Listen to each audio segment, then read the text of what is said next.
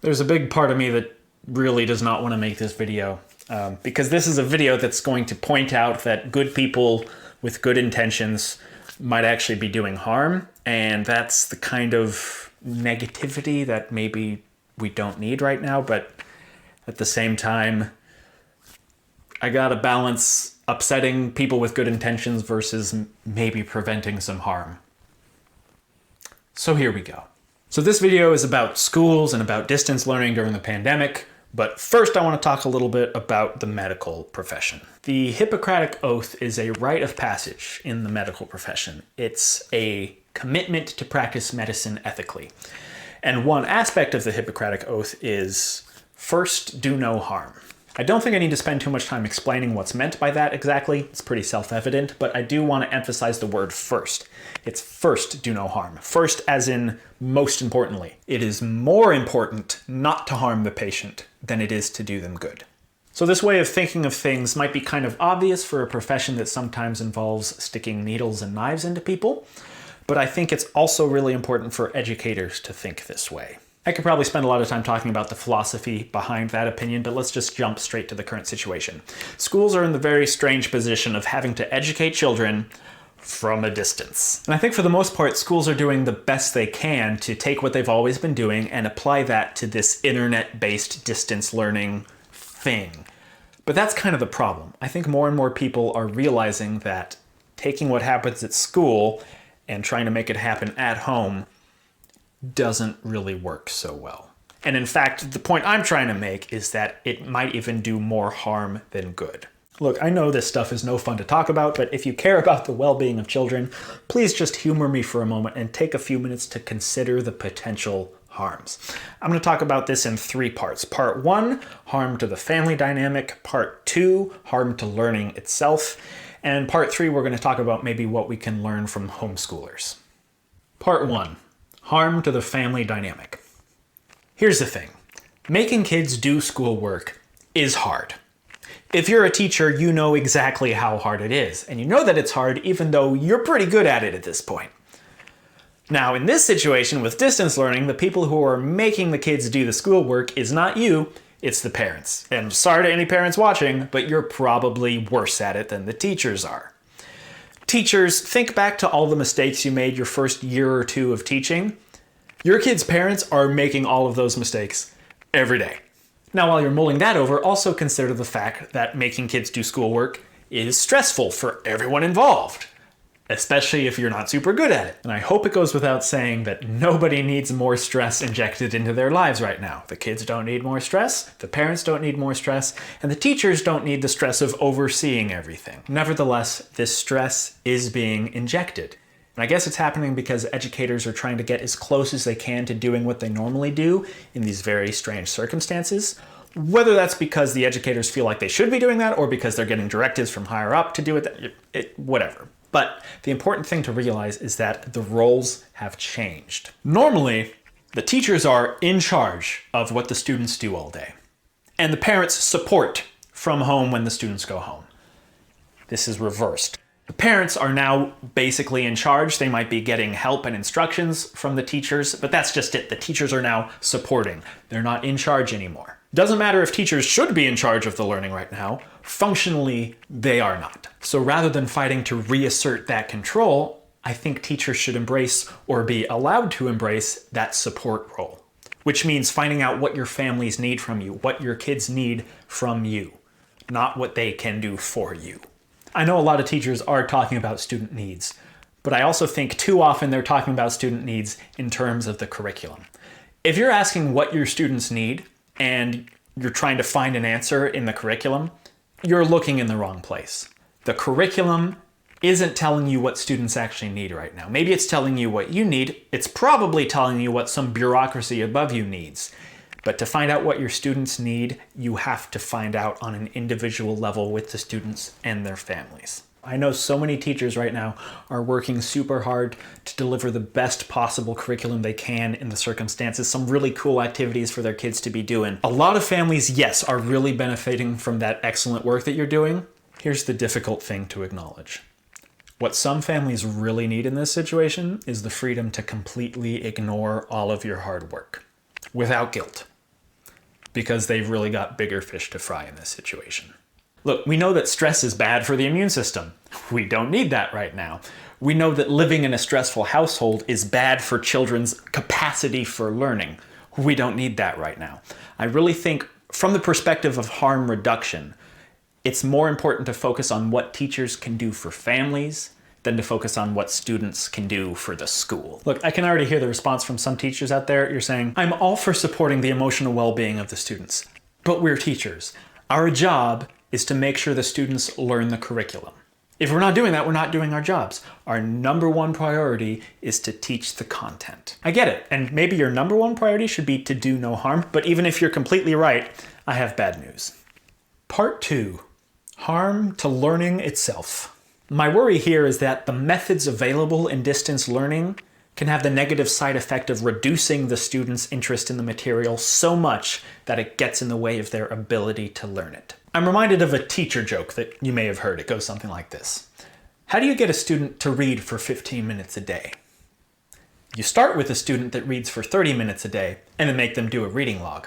You may or may not think that joke is funny, but there's a grain of truth in every joke, and I'm going to talk about how big that grain of truth is in this joke in a minute. But first we need to make sure we understand motivation. First, let's talk about misconceptions about motivation that are pretty easy to dismiss. Misconception number 1, motivation is a character trait.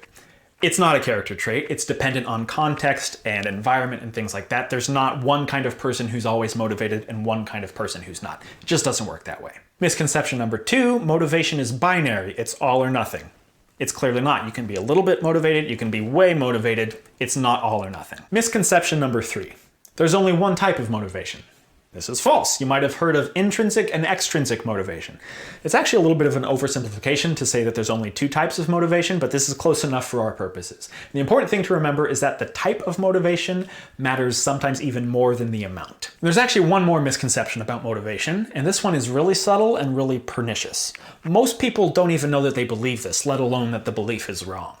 And this is the idea that extrinsic motivation is like training wheels. So the idea is that if you want to change someone's behavior long term, what you really want to do is you want to build up their intrinsic motivation, their internal reasons for doing the thing. Problem is, you can't control someone else's intrinsic motivation. By definition, it's internal to them. So you use extrinsic motivators. You give the person some sort of reward or incentive for doing the thing. And the idea is that over time, their own internal motivation will grow in them as they get the external rewards. And eventually you can take the extrinsic motivators away and that intrinsic motivation will be left there, just like taking away the training wheels from a bicycle and your balance is there. Doesn't work that way. Sorry to burst any bubbles. It does not work that way. Yeah, in reality, extrinsic motivation is a little bit more like an invasive plant species.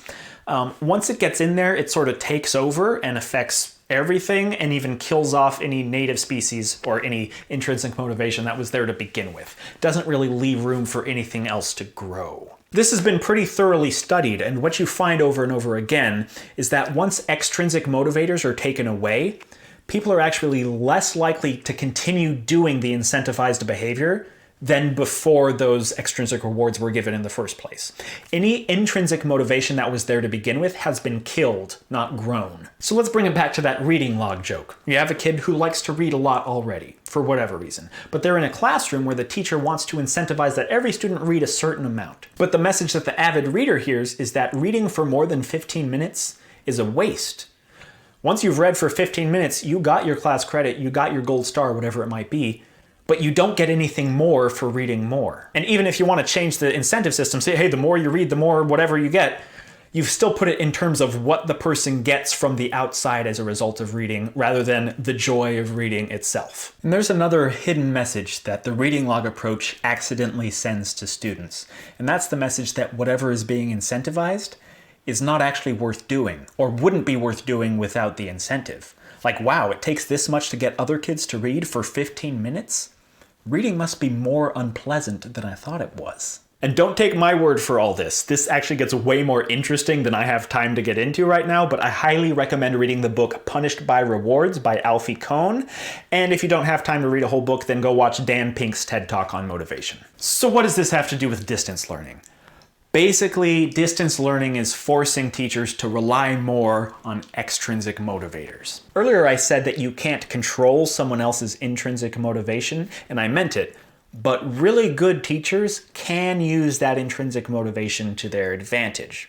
The teacher can take the curriculum and put it in a context and tie it to a purpose that the students already care about. This is hard enough to do in a classroom, but with distance learning over the internet, when the students are in an environment that the teacher has no control over, it's really hard to do. So what's left is the reading log approach, keeping track of the amount of time that students spend on their activities, or what percentage of the giant take-home packet gets completed. These are the things that stress out families and put students in the mindset of, do this and I'll get that. There's an interesting thing going on in the school district that my wife teaches in. The district has decided basically that grades don't matter, kind of. Let me explain. So the students have their third quarter grades from before distance learning and the current whatever's happening now. The district has decided to guarantee that no student will have a lower grade during distance learning than they had from the third quarter. So you can improve your grade by doing work, but you cannot get a worse grade. This means that students who are happy with their grades from third quarter can do zero work during distance learning and still have a good grade at the end. And a lot of teachers are concerned that this is taking away the incentives to do the work. These students are not going to do any work during the fourth quarter, and that's a problem. Here's what I'd say. You might be right, but think about why you're right. If the best performing students have decided that schoolwork is not worth doing if they're not going to get a grade from it, what does that tell you about what the best students have internalized about the value of learning versus the value of grades? This is what I mean when I say that extrinsic motivation is like an invasive species that kills off intrinsic motivation. And I can understand that a lot of teachers are worried, what if my students don't do the work? That's okay. From the perspective of harm reduction, it is okay if your students are not doing their schoolwork right now. Before I move on, there's just one more thing I think I can say to really drive this home, and that's to go watch another YouTube video. It's a video called Why I Don't Like Reading by a YouTube channel called Jaden Animations. And this video is everything I've been talking about, but in the form of a personal story. And it's a video that is both fun to watch and kind of sad. But it is 100% worth your time to watch. Go watch it. So okay, I've been talking about problems, I've been talking about harm, but is it possible to say anything good about learning from home? Part 3, what we can learn from homeschooling. So I've heard the word homeschooling thrown around a lot recently to describe the current situation with distance learning.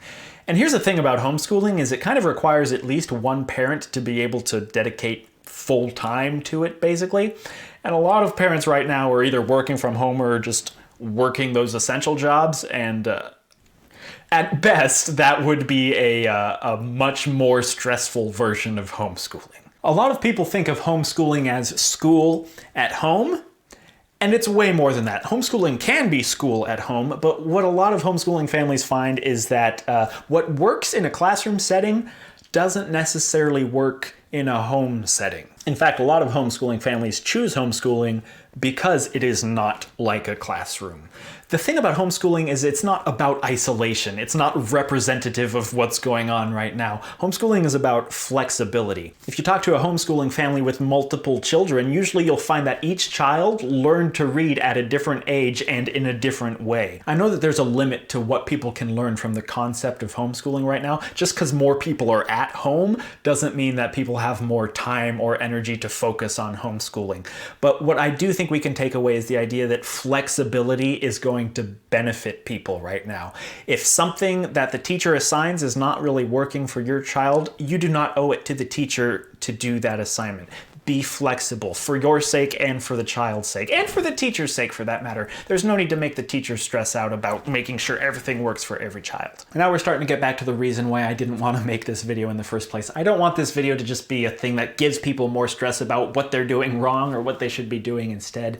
I just want to send the message that if you're stressed out about school right now, if you can, give yourself permission to be less stressed out and be more flexible and forgiving of everyone involved in the situation here. I don't want to give advice. I don't want to prescribe action. I don't even want to make too strong of a statement about the big institutional decisions about distance learning that I do disagree with. I know that the people making those decisions have a lot on their plates. They're probably smarter than I am and have access to better information. And I know that they care deeply about equity in educating all children. But I just want to remind those big decision makers that equity is not just about what gets left out or who gets left out. It's about the costs of what you include. And you're making big decisions and they're hard decisions. But please, in those decisions, just consider the cost.